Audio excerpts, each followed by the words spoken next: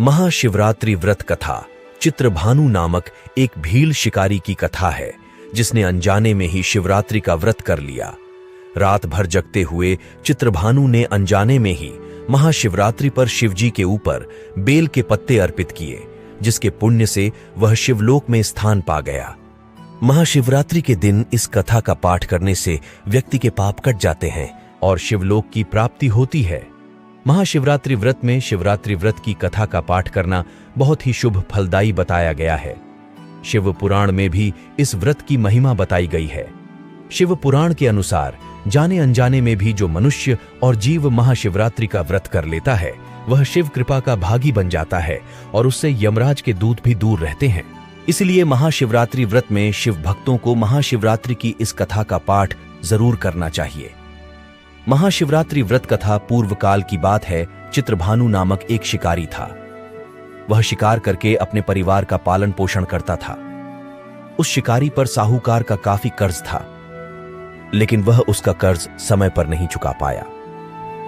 फिर साहूकार ने शिकारी को शिव मठ में बंदी बनाया गया। उस दिन शिवरात्रि थी।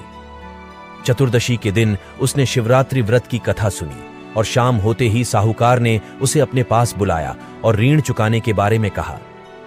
उसके बाद वह फिर शिकार की खोज में निकला। बंदी गृह में रहने के कारण वह बहुत भूखा था। शिकार की तलाश में वह बहुत दूर निकल आया। अंधेरा होने पर उसने जंगल में ही रात बिताने का फैसला किया और एक पेड़ पर चढ़ गया। उस पेड़ के नीचे शिवलिंग था जो बेलपत्र के पत्तों से ढका हुआ था। शिकारी को उसके बारे में जानकारी नहीं थी। पेड़ पर चढ़ते समय उसने जो टहनियां तोड़ी वह शिवलिंग पर गिरती रहीं। इस तरह से भूखे प्यासे रहकर शिकारी का शिवरात्रि का व्रत हो गया और शिवलिंग पर बेलपत्र भी चढ़ गए। रात के समय एक हिरनी पानी पीने तालाब पर आई। शिकारी जैसे ही उसका शिकार करने जा रहा था भी हिरनी बोली, मैं गर्भवती हूं, शीघ्र ही प्रसव करूंगी। तुम एक साथ दो जीवों की हत्या करोगे। मैं बच्चे को जन्म देकर तुरंत तुम्हारे सामने आ जाऊंगी, तब मुझे मार लेना। शिकारी ने हिरनी को जाने दिया। इस दौरान अनजाने में कुछ बेलपत्र शिवलिंग पर गिर गए। ऐसे में शिकारी ने अनजाने में ही अंतिम पर की पूजा भी कर ली। इस दौरान वहां एक हिरनी अपने बच्चों के साथ आई। उसने भी शिकारी से निवेदन किया और शिकारी ने उसे जाने दिया।